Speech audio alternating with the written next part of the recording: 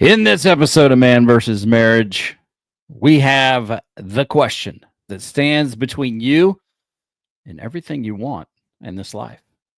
And with that, we will be right back.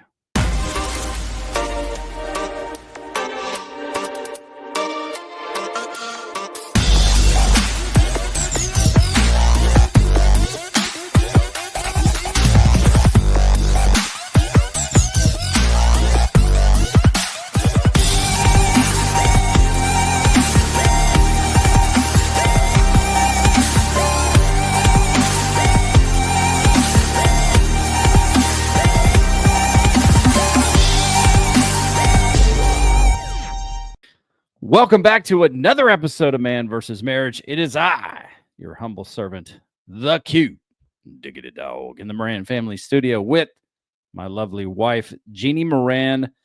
Honey bun, why don't you give your salutation to the folks around the world? What's up?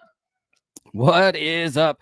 And we were just commenting that Hunter had to do it for me. Yeah, he did. We were just commenting or talking about the intro music. I love that music, and it's funny because on this particular software that we have to record, we can see people when they're in the green room, and I don't know, 10 times out of 10 while we're playing the intro, I guess they didn't know. I don't want to spoil it, but they didn't know we could see them, and man, they.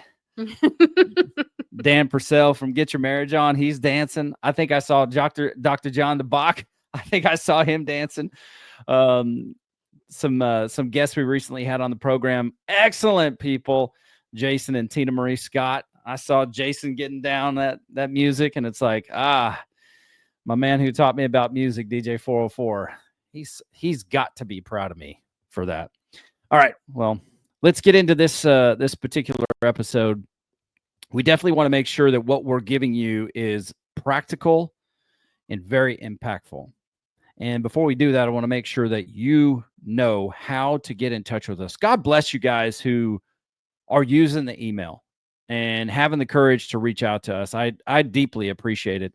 And it's funny because we were on with a listener the other day, and we were talking to her. Jeannie and I were kind of, just kind of checking in on the story. And I was like, thank you very much. And she was like, I don't know why you're thanking me. I need to be thanking you. And I said, because you have the courage and you have the desire to make your relationship better. And whether you're new to the program or you've been listening to all 300 episodes, there is something genuinely in me that wants marriages to thrive and to be great, just truly. And it's, I don't know if it's just the way that I'm wired or what, or maybe my buddy Jacob had it right. My parents got divorced at 5 years old.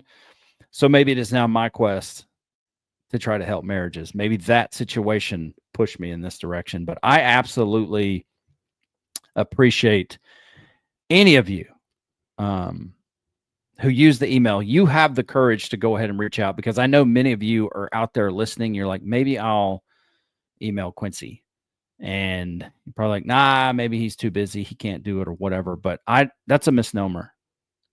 We're not too busy. We're going to get to you. And we do care. We don't know you personally, but we know you because we used to be you. And so we needed someone in our life to care about us. And that was Coach Rita. And she helped us. She helped put us on a path for what we are doing today.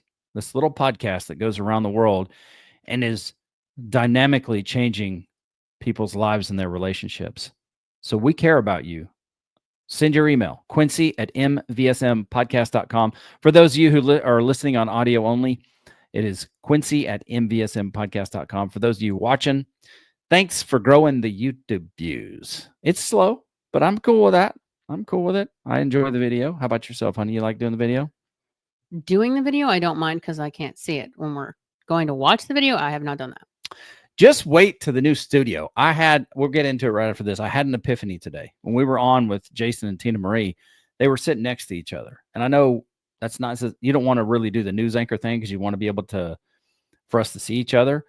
But if we have a really nice monitor on the other side, we're actually looking at each other. So we can try that and still sit next to each other and have a great, clear 4K experience with great sound, etc. Another thing that DJ 404 would be so proud of me on. So I'll ask him when we get to heaven. So let's get to the show. Use that email address. We'll talk a little bit later in the show just about QuincyMoran.com and what to do when you go there. We are really looking forward to putting out. We got some new gear just like this. This hat. My daughter advised me to wear this hat. I was going to wear Alabama, but I've got a hat coming that is thebomb.com. You just really can't see this one, but with that, let's talk about this. And here's the question. The question is simply this, people: what do you want? And while the question seems innocent, while it seems so simple, like it's not like an earth-shattering, life-altering question, for many of us, it can be. For Jeannie and I, it has been in the past. And then Matthew McConaughey kind of pushed it a step further and said, what do you want more of? And I tend to try and be too grandiose, but what are your thoughts as we talk about this series that we're going to kick off in 2025? What are my thoughts from what we've done or from where we're going with the show? Yeah, from where we're going with the show. I don't care. What are your thoughts about both? I don't know. I think we had a hard time figuring out what we wanted more of because no one really asked us, what do we want? When we were with Coach Rita, it wasn't about what did we want. It was about what does it look like? Our situation that we were in the moment. And if we were to get out of it, if we were to get better, what does it look like? And I think what do you want came more a little later on between the two of us because it was kind of pivotal. Like we were trying to decide we wanted to have our forever home and we had some ideas of what we wanted for the kids and there just a phase of life that hit us where it was just like this is not what we signed up for. Yeah. And it wasn't just our marriage, it was our life as a whole with the family. Certain things were happening where we used to live in California and there were certain things that we just came up against repeatedly that just seemed like this is not what we signed up for. And so you talking about our relationship or the state of California? Both. Our family as a whole, our family. We were just, you and I were in a place where we were doing really well marriage wise, and then COVID hit and kind of threw us all through a ringer. Yeah. And then with the kids, the older they got, it seemed like from middle school on, we were both constantly in conversation over what do we do next? What do we want for them? Because we didn't like some of the things that were going on in the system. And it seemed like we always answered that question for the kids. But then one night we kind of sat down and went, what do we want for us? And I think that one marriage seminar is where we finally actually sat down and went, okay, we need to go back to the clouds and figure out what we want. That's a good point. And I think Tony and Elisa we should invite them on the program because they were incredibly pivotal in us like moving to the next phase of our relationship. That was the biggest takeaway from that seminar that we went to because they did a marriage, not really a retreat, but a seminar, I guess. And of the 10 keys that they hit, that one and finances were the two that we both were like, this is where we need the most. Well, I think their discussion on sex, like the expectation of sex, was helpful as well. That opened up some conversation and took us in different directions. You're right. But I think those were the three major things that we were just like, oh, okay, so this is what do we want? What do we want to go with it? Let me tell you this. And this is, I'm not going to say it's a mistake, but I'm going to say most of the time when you're unhappy, you don't tend to focus on what you want more of. You tend to focus on what you are unhappy about. Yeah, what you don't want. And so what happens is as you start to better yourself, you don't know what it is you want more of. You just know what you're looking at or what you see you don't want. Mm-hmm. And that can be a mechanism for success. But the fact is, whatever you tend to focus on, you continually connect with. And so the idea of consistently being focused on what you don't want, I don't know if that lasts. Like, does it have staying power? I think it does, because the more you focus on, I don't want to gain weight. For me, it seems like the more I notice things that I'm not supposed to be eating. Well, here, And I crave those things more because I don't want to gain weight. Ooh, but I really want a chocolate donut. well, here's the thing, and this is why I'm going to offer us an opportunity to shift. And here's the shift that I've had to make. I'm very critical of myself. Okay. No. Yeah. But it can be, I don't want to gain weight, or I want to be healthy. Yep. That's the switch. One of these things is like a fear-driven mechanism. It's a negative, which attracts negative. Now, there are times where you need negatives in your life, whether you've created them or someone else does. It can be very handy. But really, it's my opinion and maybe my experience as I'm moving forward. What has more staying power for the long term is getting focused on things that you want instead of things that you don't want. Because here's the deal. Let me get this out real quick. For guys or gals that love football, there is a defense that can lose you the game. Do you know what that defense is called? You've told me, but I forgot. It's called prevent defense. Nobody likes prevent defense, because here's the fact. The fact that prevent defense is you're playing not to lose as opposed to playing to win. And that, to me, is what being focused on the negative side of things, that's what it is. You are playing not to lose. So you're being more careful. You're playing out of fear as opposed to really just looking and honing in on what do you want. And the reason I say that is because when I started, this sounds all official, but it was official for me. Okay. When I started to redefine, I took a look at myself and I said, I'm not happy with how emotional I get. Like, there's a few people that can just piss me off and I fly like, I don't know what that's there's like. there's no fuse. It's instant explosion. 5 minutes later, I'm calmed down and I'm good. But I didn't like allowing people to have control over my emotions, whether it was you or anybody. And I'm not referring to you as one of the people. So I said, you know what? I'm going to be the gatekeeper of my emotions. I've got to train myself. I've got to get disciplined. So I thought about Gandalf the Grey, you shall not pass. Yeah. And it's like, okay, what am I going to allow to come in and go out? And so I started to focus on things that I didn't like about my emotional intelligence, if you will, to put a name on it. But the truth is, I really began to focus on who is it I want to be. Because who I want to be is so much more powerful than running from who I don't want to be, because I'm running to something. I have a goal in front of me. I have something to pursue. And it helps drive me or compels me to go forward. Whereas the other thing, you're kind of running from something. And the challenge is it might catch you someday. Now, if you're running towards something and there's a destination, it's great because you can celebrate the destination and then you can plan the next leg of the journey. I'm not trying to get too complicated. I'm just saying. Not. I mean, we use it with Hunter and Kiki and their autism to put it as simple as possible.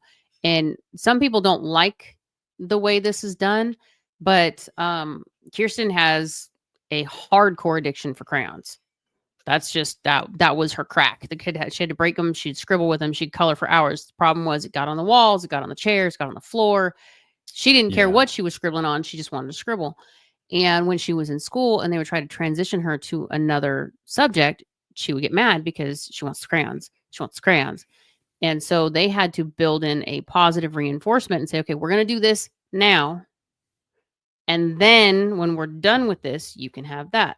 If you look at it for us or for myself, I'm going to put myself through a meal plan and a workout regimen, not just because I want to get healthy, but I want to fit in this dress and I want to feel good when I fit in this dress. I don't Mhm. want to just buy the dress because it's pretty. I want to feel good. So the evening that I wear this dress, I don't feel like I'm constantly tugging at myself and, trying to make myself comfortable. I want to be comfortable when I put it on. So it's not as extreme, but it's kind of like you're giving yourself the reward. I don't want to say the cheat day because if you work out and you do those things just to get to the cheat day, you're basically screwing yourself because you're not actually getting out of your head, in my opinion. But if there's something that you want, I want to feel pretty. I want to feel good. I want to feel healthy. And I want to enjoy the evening when I wear that dress. Mhm. So I'm going to put into myself what it's going to feel like when I have that moment to wear that dress and how much time I'm going to enjoy in that dress versus, well, if I just have a little bit here, it won't be so bad. I don't want to give myself that leeway to take away from what I'm going to feel when I get there. I think with us, what really did it was once we figured out what we wanted, Mhm. and we had to learn to go to the clouds again because we had forgotten. Life became life, and it was just a day-to-day grind at one point. And it wasn't even the hospital, the traumas, all that stuff. That was all behind us at that point, most of it. But our day-to-day just became, I don't know, we just became inundated under stuff.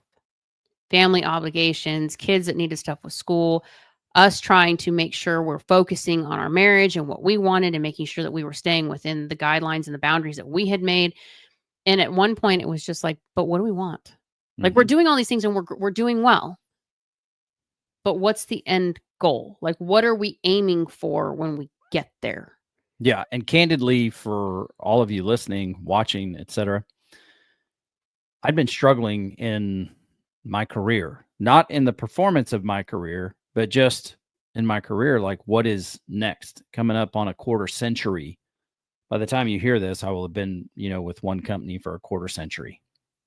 And my heart's desire is to be, even if I don't like what I'm doing, is to be in the will of God, because I want to be in the path of the people that need what it is that I bring, because I want to make that impact on their lives. And so I was like, man, do I fit here? Am I good in sales? Am I good in operations? What the heck am I doing? And I talked to a confidant of mine, and he's a mentor of mine. And, he's like, basically, he tells me this: Quincy, you're the problem because you don't know what you want. And I said, well, that's a fair point. I don't know what I want. Now, here's what I do know is that this is in my heart, and that this is the plan, which is to make, it's what we call Moran Media Collective. And that's where Man versus Marriage and Family Famous and the ministry podcast that I'm going to do called Inked Pastor, that's where that becomes my full time every day. So we broaden this platform and we really truly affect marriage and culture on a grand level, whatever level God would have for us.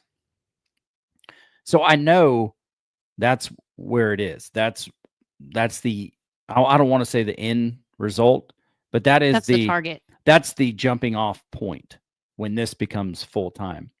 Right now it's a passion project that I'm working to create into a platform, because I love this to coach, men, to coach marriages, to hold seminars like Tony and Elisa, um, to go and keynote speak, to speak life into people, to go to the people and do this. So I know that for sure. But in the meantime, you know, we have bills to pay. And so I have the day-to-day work that I do that helps provide for our family. So the beauty is that I can do that in my day-to-day work because I can go and, you know, it's like marketplace ministry. I can just go and love on people and support and serve them. And what I do really facilitates that very well. So I appreciate that. But I do know at some point, my belief is that this platform will be my full-time work so that I can invest myself like a professional and really take this to a new height and what God would have me to do. But I struggled with that because I didn't know. And I was listening to this political guy that I listen to often, and he got on the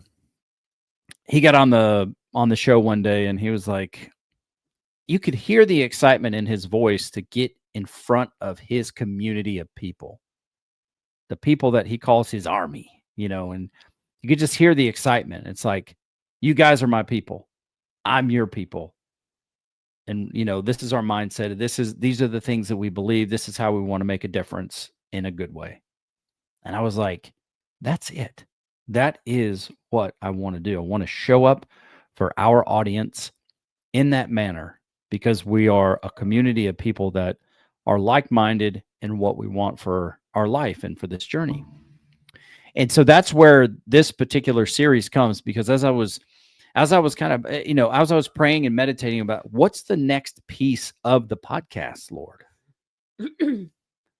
really up to date, it's been about our journey, because we've done all kinds of things where we explain our journey. That part is never going to go away. But now the shift is we come to you and we ask you, the listener, what it is that you want. And what we are going to do is we are going back to who we were before we began to work on our marriage at the 10-year mark. And we're going to think back and we're going to say, what the heck did we want? Because that's what we're going to bring to the program. This is where we were. This is what we wanted. So there's the journey piece of that for you. But ultimately, we are turning this outward and saying, what is it that you want? How can we help you based on our experience? And where we don't have experience, we are going to bring experts to the program to help you. And I don't want you to get the idea that I'm afraid for you to go listen to anybody else's podcast or consume their material, because I'm not. I mean, legitimately, not that everybody has access to electronics, but there's 8 billion people on the planet. And as long as you are finding the support that you need to make your life better, to change your stars, to grow your relationship, Quincy Moran is all for it. And if that means you're here and you have a few other, I listen to podcasts. I don't just listen to one. We did it. I mean, we didn't just go to Coach Rita. Coach Rita turned us on to Danny Silk and some other reading material that we got into. And then she helped us to kind of navigate some of the podcasts that you listened to, you sent to her. And then she would be like, oh, okay, well, I went through and listened to some other episodes. Go check this one out. And it was just kind of a back and forth. But she gave us other material, other people to kind of glean off of their perspectives as well. So it's not like it's something that we ourselves haven't done that we're asking you to do. Yeah.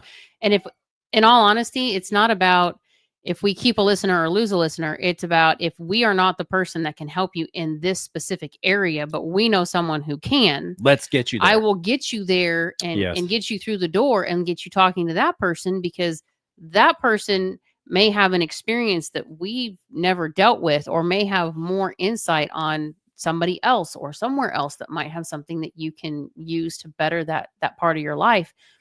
Quincy and I have been through a lot, but we haven't been through everything. True. When we're not experts where we have alphabet soup behind our name. It's just, we have been through some things that other people can't. Perfect example, when we talked to Noah the other night, it was like, look, I want to do an episode with your wife on moms who have lots of kids, and we are both homeschooled, because a lot of people, we didn't have anybody to really go to. Now, don't get me wrong. Our family helped. We had friends that came in and out and we talked to, but nobody could say what it was like to raise triplets and an 18-month-old. No one could say what it was like to have 5 kids in diapers at one time and only one person with an income in the house. Nobody could tell us what it was like to have 3 kids born at one time and you have medical conditions in these 2 and this one is just fine, and then when you bring them home, this one's not fine. Nobody knew because Mhm. they'd never been in our shoes. And by the Right. time we got to 8, everybody was like, "We're done. We have nothing." I mean, and it wasn't that they didn't want to help or that they weren't trying to offer advice. Majority of the advice that we got was on how to raise them properly rather than we are going through something. Me and Quincy, personally, we are trying to figure out how to deal with X, Y, and Z. We've got this kid having seizures at the same time that this kid has a hip infection. And we are trying to maintain our sanity, number one. And then how do we branch out being in 3 different places? Quincy's got to work, he's got to be dad at home, and then I'm at the hospital. How do we do all of this even with all the help that we had? We couldn't think straight. Yeah, I don't even know how I made it through those times because I would work, I would drive down to UCLA, and then I would come home at night, and And Monster wasn't a thing back then. It didn't come out until later. it probably was. I might not have known about it, but we didn't know about it until later because our girls were much older when somebody came in wearing a Monster shirt and drinking the drink, and I was like, "Wait a minute." But it's still, people had good intentions and they all wanted to offer us something because they didn't want us to just go off and, be stuck. But the truth of the matter is they had never been in our shoes. So yeah, the advice that they offered, although it was well intended, might not have necessarily been on the money. The reason that Rita's help was what it wasn't because she had 8 kids and she knew what it was like to raise everybody like we did. It was because Rita had had a situation in her marriage and turned that around to say, how can I help others with issues in their marriage? And she taught us because they had gone through things that they didn't process through at the time. And mhm, someone taught them how to do that. yep, And then she turned around with us and said, okay, did you guys talk it through? Did you process through what your emotions were? Did you check in on the kids and talk to them and see what they saw and how they felt? And Quincy and I are going, you're supposed to do that? is that a thing? Yeah, Because if you really go back, that wasn't a thing when we were kids. If there was a problem or somebody was going through something, my parents discussed it behind closed doors. mhm, They didn't want us to know about it. It wasn't for the kids to worry about. It wasn't something that they wanted us to, get involved in or to feel the backlash for. It doesn't matter if it was behind a closed door. We knew something was going on. We still felt insecurities and frustrations about things, but it wasn't discussed with us. So we didn't know when we had our kids, okay, this is what's going on. What did you see? How did you feel about it? mhm, Or just sitting down and explaining to them why you and I are at odds. Not really delving into our marital issues, but just letting them know, look, mom and dad are running hot right now because there's a lot of stress. We're having to deal with this person in the hospital and we're having to deal with this stuff at home.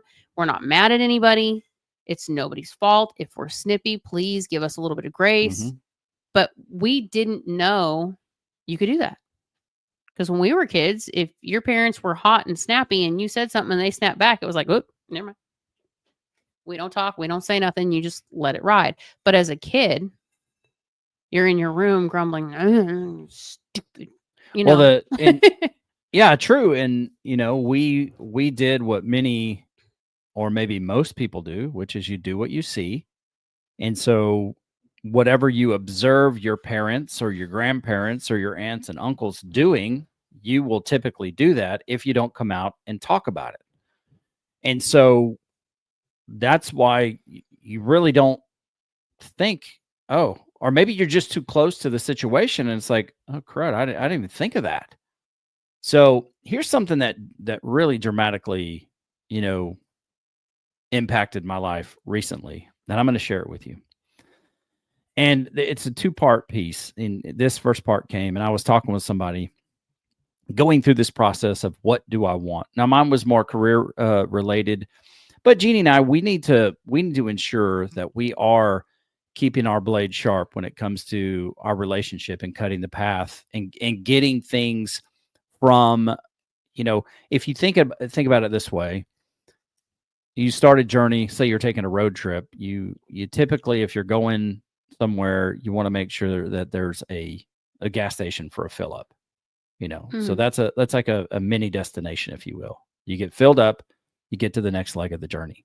Now things might happen along the way, and when you get to the gas station, you might say, hey, this is what we see up ahead, or hey, maybe we want to take a detour and go look at something else, but at least you get to those spots. Or maybe you need to stop sooner than later because there's not going to be another gas station for quite a ways. Correct. And so, although this was like mainly focused around my career and what I'm doing in that part of the life and how it relates to ministry, also in our marriage. And so I was just, I was coming to God and saying, I just don't, and I speak to God like he is a dear friend or like he's my dad. I speak to him very plainly like that. And I was talking to a friend of mine, and it occurred to me is that I don't approach God with the answer in mind. I approach God because he is the answer. And that shifted my mindset. And so I took that like any good child. I said, okay, since you are the answer, what's the answer? Because I don't have all the answers. And so I'm going through, and it's like we always want to know right now, what's the answer? What is it? What's the deal? And I got in a place where I was like, Lord, I don't know what to do. I don't have the answers for all of this. And in my heart, he just said, it's okay. I do have the answers. And that helped me take a deep breath and just relax because I trust him for my faith, for my life, with my family, with my calling, why I was created, just like why you were created, the one listening or watching the show. And the fact is, if you've been a parent for any amount of time, you're not always giving your kids the answers right away. There are some things that they need to do. There are things in life that they need to walk before they have the answer. And that really gave me the opportunity to take a deep breath and relieve myself of that burden that I was carrying, feeling like I had to have all the answers. It's tough. I'm the leader of my home. People look to me when times are difficult or when they want to know things. You can say yes or no. And it can be tough. It can be humbling to I always say throw the hard stuff at you. Go ask your dad. it can be hard when you don't have the answer. But the fact is if you know by faith that you're a part of the one that has the answers, you can rest assured to say, I'm coming to you because you are. And in due time, when I get to the right place in this path, when I have learned, when I have become better at what it is I am doing, when I've gained the proper amount of experience or whatever it is on this leg of the journey, you're going to provide me the answer. I think sometimes too, and this is kind of where I sit with my building my career as an author.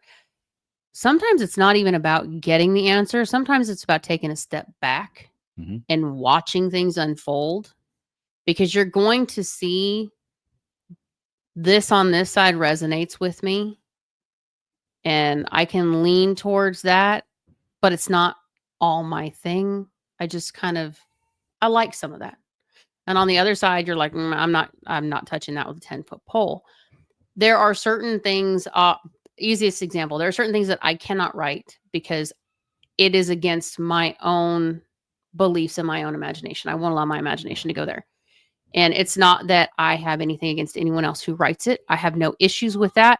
That is your deal. Mm-hmm. But for me, myself, and I don't get involved with it. And when I get thrown into a conversation and somebody says, well, what about this? I have a choice to make.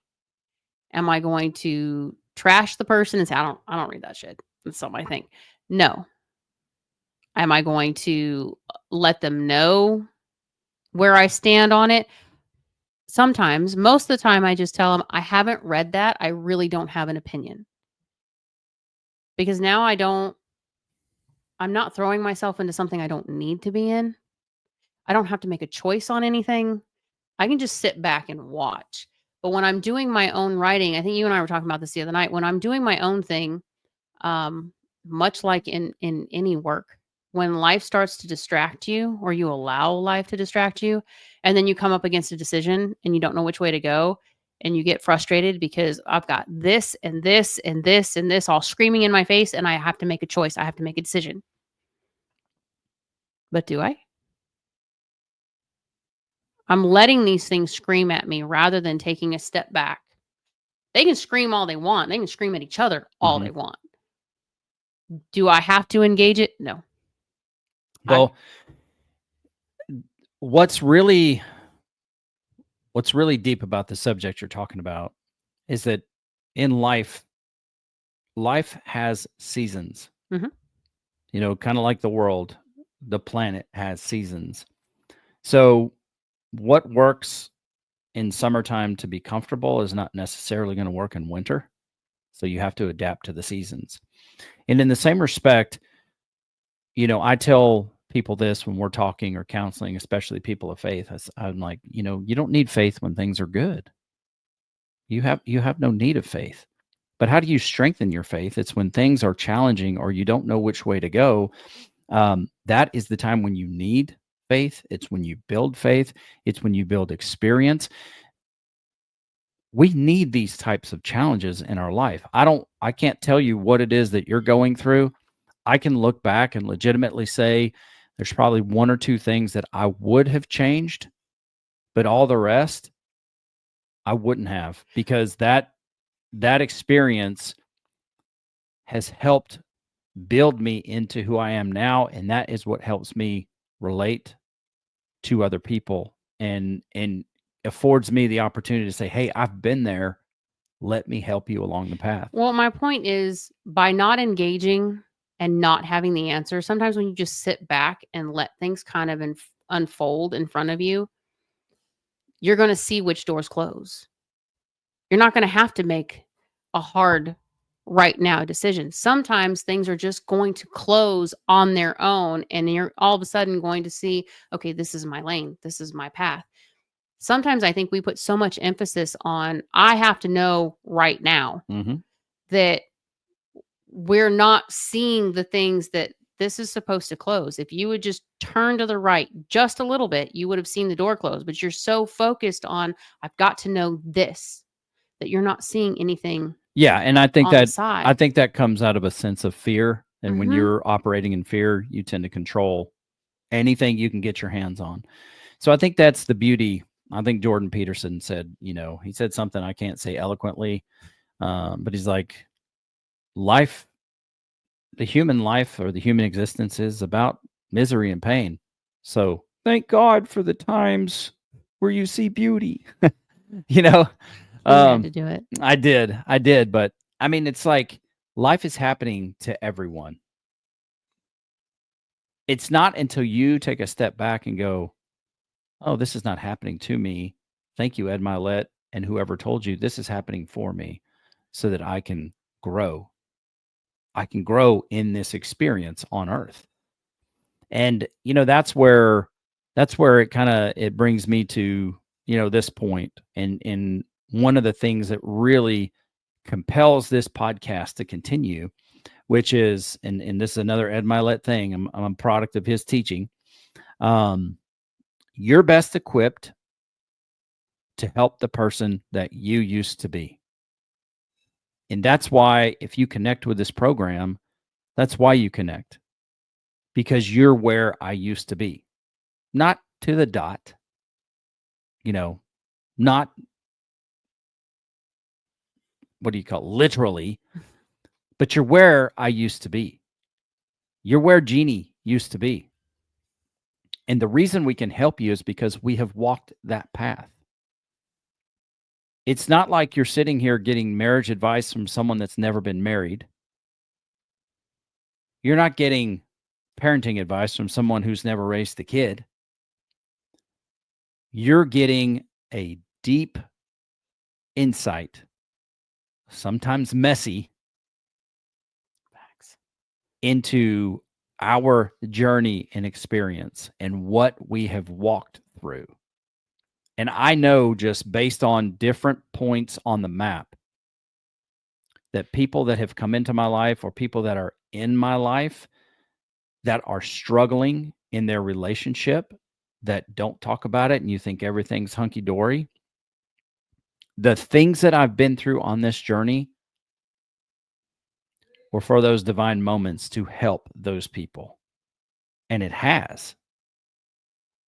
And so I can look back at those things and I can thank God. I can have joy that we walked through them.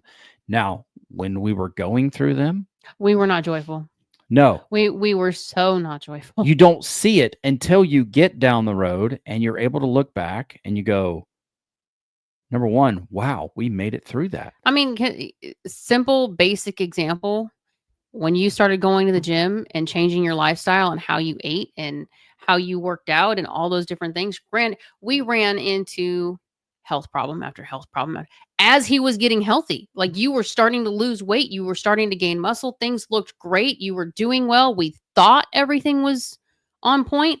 And then one by one, these things that were underlying that we didn't know existed popped up. Yeah, I was too unhealthy And to realize it. But and look at now. Look at the people I'm able to help but now. that's what I'm saying. When you were going through it, it sucked to get up early and go to the gym for an hour and a half and lose sleep and come home when we were already battling sleep with Kirsten and autism and everything else. And it sucked to come home late at night and you're tired and you're exhausted, but you still have one more meal before you can go to bed. Like there were these moments that it was just like, oh my God, this sucks. But even going through the medical stuff, as stupid as it might sound to some people, had we not experienced what we experienced the times that you were in the hospital, I would not know how to prepare for the surgery that's coming. Mhm. I would not know to tell people not to give you clear fluids, not to give you certain things because we've had that mistake made and it turned into a huge issue for you. We would not have you in the condition that you are and how healthy you are now had we not gone through all of those things. Did it suck? Yes. Hardest 3 years we went through was when you were in and out of the hospital. That was just Well, that's saying something, but I'll but tell you, it's the point is it sucked at the time and we were both going through different versions of it. yeah.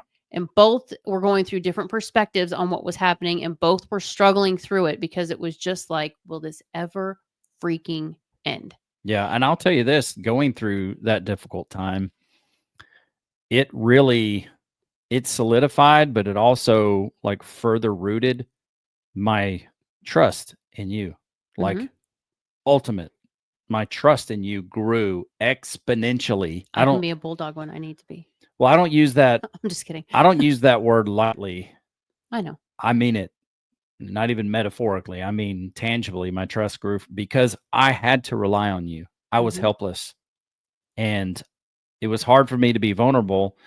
Like I'm not saying this in the wrong way, but it was really hard for me to watch, you know, my papa and my grandpa deteriorate as life got them. It was hard because they were some of the toughest men that I Mhm. ever knew. And I looked up to them. But life, ultimately, life does win, when it's all said and done. It's the beauty of, being eternal when you pass to the next life. So I can only imagine maybe for you and the kids, I'm dad, I'm strong, but here's this very weak version of me that's trying to That's why recover. you're never allowed to shave your beard. You're never allowed to shave your beard because it's that face is what we all saw in the hospital, whether you're healthy or not. It's just that look. None of us can. We didn't like that look because that was like the moment. It's like when Grandpa had when he started kind of getting towards the end there and he was getting skinnier and he was getting weaker and he couldn't go out in the garden and he couldn't do things that you were so used to Yeah, that's what I'm talking about. Grandpa Yep. doing. And it registers all of a sudden that this person is weak. I've never seen this person as weak in my life. And so for me and the girls, it was like, oh crap, what do we do? But the one of the best things that came out of it though is our kids got really, really close to each other. Mm-hmm. They had to. We were living in a hotel. They didn't have a choice. There's nowhere to run from each other. But at the same time, that closeness is still what it was then 7 years later when they're in high school or graduated, and they are still connected at the hip because of that time that we all had to rally around dad. The strongest person was at that time The the weakest. weakest. Yeah. And so we all had to rally around and pull each other together and work through it. And I think that that was the biggest. I mean, you and I had some major ahas come out of that whole experience, but that's the point. It happened and it sucked and it was really hard to go through at the time. But when we came out of it, I mean, when we were living in a hotel, perfect example, and it's just a small example, but when we were living in the hotel, we had 2 rooms that were adjoining. All the kids slept in one room except Kiki, who slept in the room where me and Quincy were. And we kept the doors open between the rooms so we could hear everybody, we could help everybody. We had a really, I mean, a 2-burner stove for the kitchen. And when you're dealing with 10 people, if y'all have any concept of what that looks like, and the microwave is half the size of a normal microwave, this was a struggle. But the girls every night were in on their beds, coloring, watching TV, talking, hanging out. They were just, but then when dad was home, everybody migrated to our room. Our bed was covered with people. And we had people sitting on the floor and we were all watching TV in our room. When we finally got to go home, because at the time that he was in the hospital, if you don't know, our house had water damage. And so we were removed from the home and put into a hotel for a while they were fixing that. So we weren't just dealing with sick dad, we were dealing with no home. Yeah. And when we finally got to move back into the house, we thought everybody's going to be excited because there's a new living room, there's a new kitchen, the house is all done, they can all go back to their rooms, they were going to be excited. They came into our room and our bed was full of people and our floor was full of people and we were watching TV in our bedroom, not the living room, our bedroom. It just carried over because that's what we had gotten comfortable with. That's what grew us. It's really easy to look back now and go, I hated it when we went through it. But had we not gone through it, I don't think our kids would have the relationships that they have now. And I don't think that they would have made it through high school without having the relationships the way that they formed when we went through that. Most definitely. It's adversity that makes you better. It's going through the fire, man. It's adversity that makes you better. And I would point to the gym. You know, you are ripping and tearing things in the gym to build something back stronger. And you have those times in life. And we learned that we could rely on each other. And we learned that through various parts of our relationship when we were challenged. We learned that when we were facing, neurosurgeons in the hospital. Adversity definitely makes you better. Now, you don't want to cause it on yourself on purpose. There are times where you do, go on a fast or, do those things where you challenge yourself to make sure the blade is sharp. But here's what I want to bring it. Here are the things that I want you to think about when you are looking at what you want. This will be a place to help you. We're going to go in depth into some of these shows to give you the strategy so that you can create your plan. I encourage you to get a journal to write in, journal in your phone, get something where you can write these things down. It is vital for you to do it. It's vital. So please do this. Now, journal the conversation that goes on in your head. Let's identify what it is you're focused on. Are you focused on the negative things and what you don't want more of? Because sometimes that can cause you to get more of that. So let's identify, let's assess where you are. And then think about this in your relationship. Think about this in you personally. Are you connecting? Are we connecting? Are we communicating with sincerity? Do we have a vision for this journey? Do you have a vision for your life? Because if you don't, you're just running the track. And that can get mundane and that can break you down. Your sex life. Are you having it? Is it good? Is it good? Is it great? Is it fulfilling? Is there any spice? Is it just the same old thing over and over again? And the same old thing can be very enjoyable, but it doesn't mean, just like you and I were talking about before this, it doesn't mean that you have to get stuck in that particular rut. And then, do we have any joy in our relationship? That's one of the things that built our relationship was joy, was laughter, was fun. Mm-hmm. And over the course of time, if you're not intentional and you don't remain focused, you can allow life to overcome you. And now you're focused on all the negative things. And so you're starting to perpetuate more and more negative. You could be the problem. The beauty is you also have the solution within you. And I don't want you to forget that. I want you to know that. And then, do we have trust? If you don't have trust, that's like where we have to begin, is building trust. It's got to be. So think about those things. And then begin by describing like what it is you have. What does your relationship look like from your perspective? There's a chance that your spouse may think something different. But I don't want you to assess something to point blame. I want you to assess something to figure out, this is the reality of where I'm at. All you're doing is taking a picture. It's not about who's doing what. It's not about who's right, wrong, or indifferent. All you're doing is putting into words. If you were to take a snapshot of what your marriage looks like to you, Mm-hmm. and you were to sit down and look at the photo, what would you see? Do you see a good sex life? Do you see strong communication? Do you see joy and fun and dreaming? And do you have a destination that you both, do you have plans for what you want to, what does retirement look like? Have you guys discussed what do we want to do when we get to this point and our children are at this point in life? What does that look like?